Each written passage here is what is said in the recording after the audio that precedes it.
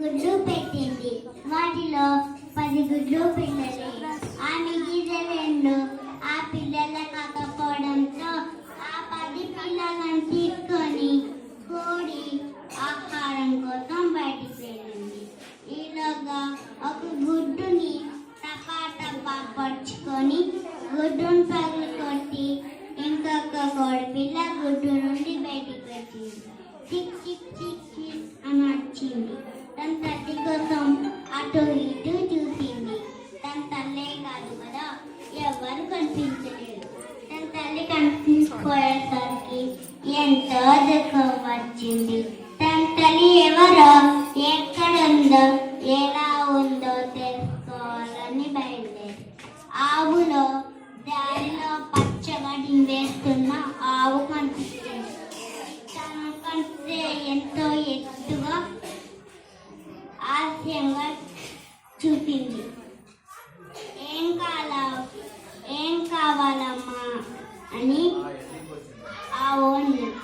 అప్పుడు కోడి పిల్ల మా అమ్మ నువ్వేనా అని అడిగింది. అప్పుడు నన్ను చూస్తే ఎంత పెద్దగా ఉన్నానో, మీ అమ్మ నాకంటే చిన్నదిగా ఉంటుంది, కాళ్ళు కూడా పొడవుగా చిన్నదిగా ఉంటాయి అని చెప్పేసరికి దారిలో మేక ఆకులు తింటూ కనిపించింది. ఆవు కంటే చిన్నగా ఉన్నావు, మా అమ్మ నువ్వేనా అని కోడిపిల్ల పెట్టింది. అప్పుడు ఆవు కంటే చిన్నగా ఉన్నమాట నిజం, కానీ మీ అమ్మకు మీలాగా 2 కాళ్ళు దగ్గర కూడా ఉంటాయి అని చెప్పేసరికి మరింత ముందు కదిలినను.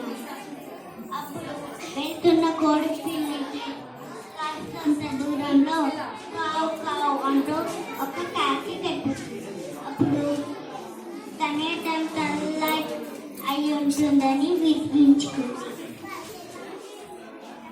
ఏంటమ్మా అలా చూస్తున్నావు అని కోరుకుంటాను. అప్పుడు మా అమ్మ నువ్వేనా అని కోరుకున్నా. అప్పుడు మా అమ్మ నువ్వేనా అని కోరుకున్నా. అప్పుడు మీ అమ్మ నాకంటే పెద్దగా ఉంటుంది, కాళ్ళు కూడా అని చెప్పేసరికి చెరొకటపై నచ్చు పెట్టింది.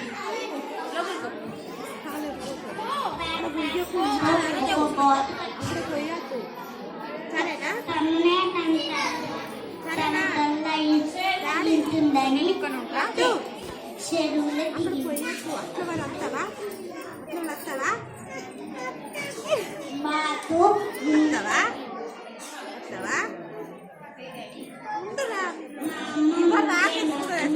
మాకు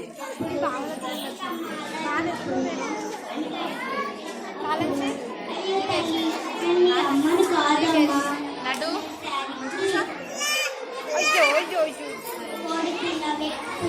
మీరు ఎటు పోతారు?